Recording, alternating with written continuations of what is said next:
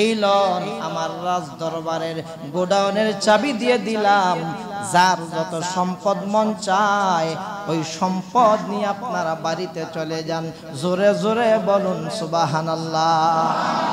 ডাকাতের সর্দার বাদশার পায়ের ভিতরে জড়ায় বলতেছে,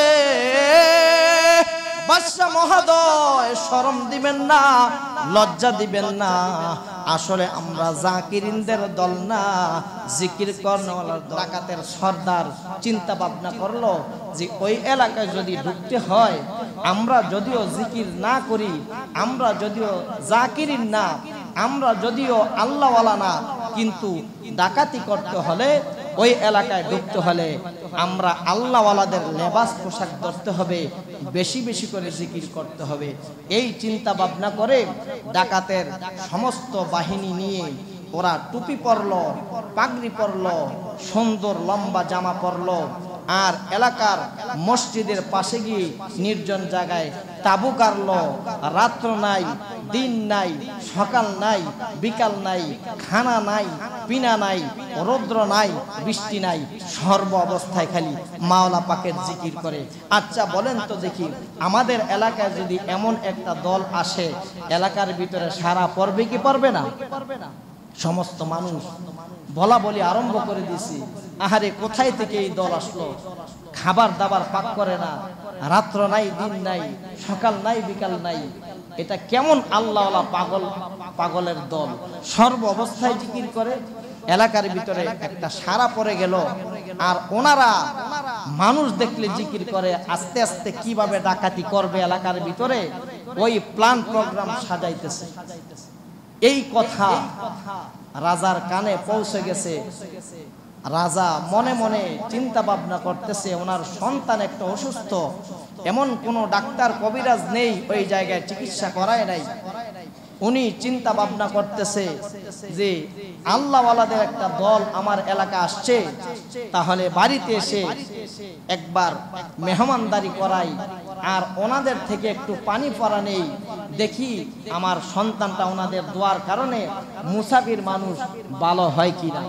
এই চিন্তা ভাবনা করে ডাকাতের যে দল আছে, আসলে তো ওনারা ডাকাত, কিন্তু যে লেবাস পোশাক ধরছে, জিকির ছাড়া কোনো কথা নাই, প্রত্যেকের হাতে তাসবিহ, মাথার ভিতরে পাগড়ি, এই লেবাস পোশাক দেখে ওই রাজার পক্ষ থেকে রাজ দরবারে দাওয়াতের ওনারা প্রস্তাব পাওয়ার পরে সকলেই মনে মনে খুশি যে আমরা তো সিরিয়াল মতে ডাকাতি করলে আস্তে আস্তে রাজার বাড়িতে গিয়ে ডাকাতি করতাম, কিন্তু আমাদের কপাল তো খুলে গেল, জিকির করার কারণে ডাকাতের বাড়িতে শুরুতেই আমরা দাওয়াত পাইলাম। তো দিনের বেলা মেহমানদারি ভালোভাবে আমাদেরকে আপ্যায়ন করবে, খাবার দাবার আমরা ভালোভাবে খাবো, আর রাত্রের বেলা আমরা সুযোগ মতে ডাকাতি করে চলে যাব। ভাইয়েরা আমার, বাবারা আমার, জিকির নিয়ে আলোচনা করতেছি, আল্লাহর স্মরণ নিয়ে আলোচনা করতেছি। হাঁটতেছেন মাওলা পাকের জিকির করেন, দোকানে বসে আছেন মাওলা পাকের জিকির করেন, শুয়ে আছেন মাওলা পাকের জিকির করেন, অফিসে আছেন মাওলা পাকের জিকির করেন, গাড়িতে আছেন মাওলা পাকের জিকির করেন, নৌকাতে আছেন মাওলা পাকের জিকির করেন, জমির ভিতরে কাজ করতেছেন, হাতে কাজ করবে, পায়ে কাজ করবে, জবান কিন্তু খোলা থাকবে, মাওলা পাকের জিকির করতে থাকেন। ডাকাতের দল বাদশাহ দরবারে গিয়া, রাজ দরবারে গিয়া কোনো কথা নাই, সকলে তসবিহ হাতে নিয়ে জিকির করতেছে, জিকির করতেছে। খাবার দেয়, খাবারের দিকে আমাদের নেশা নাই। ডাকাতের দলের দিকে রাজা এই সব কিছু দেখে আরো বক্ত হয়ে গেল, সবাইকে মন মতন বাদশাহী মেহমানদারি করলো, রাজ দরবারে খাবার দাবারের ব্যবস্থা করলো। খাবার দাবার ব্যবস্থা করার পর বাদশা বক্ত হয়ে গেল। রাজা বক্ত হয়ে বলতেছে, এ ডাকাতের দল, আপনারা আল্লাহওয়ালা, সর্ব অবস্থায় জিকির করেন, আপনাদের জবান বড় পবিত্র। আমার কামরার ভিতরে আমার একটা অসুস্থ সন্তান আছে, এই সন্তানকে আপনারা একটু পবিত্র জবান দ্বারা, জিকির কর্ণওয়ালা জবান দ্বারা একটু পানির ভিতরে ফু দিয়ে দেন। আমার দিল সাক্ষী দেয়, আপনাদের এই পবিত্র জবানের ফুয়ের কারণে আমার অসুস্থ সন্তান সুস্থ হয়ে যাবে। ঘুমাই গেছেন গা? জোরে বলেন সুবহানাল্লাহ, আরো জোরে বলেন। দেখা যাইতেছে ডাকাতের সর্দার অন্যান্য সদস্যরা একজন আরেকজনের দিকে তাকায়, সর্দারের দিকে তাকায়, বলতেছে লিডার আমাদের জিন্দেগিতে কোনোদিন আমরা তো কবিরাজগিরি পারি না, কোনো মানুষে ফু দেই নাই, আজকে আমরা এমন একটা বিপদে পড়ছি, এখন কি করব? ডাকাতের সর্দার যারা হয়, লিডার যারা হয়, জ্ঞান বুদ্ধি বেশি থাকে, ইশারার মাধ্যমে বুঝাই দিছে যে যা পারো সুবহানাল্লাহ আলহামদুলিল্লাহ, যে জিকির আমরা করছি মুখস্থ বিদ্যা ওইটা ফু দিয়ে মেরে দে, টাইম দিব লম্বা, আজকে রাত্রে তো আমরা ঘটনা ঘটাইব।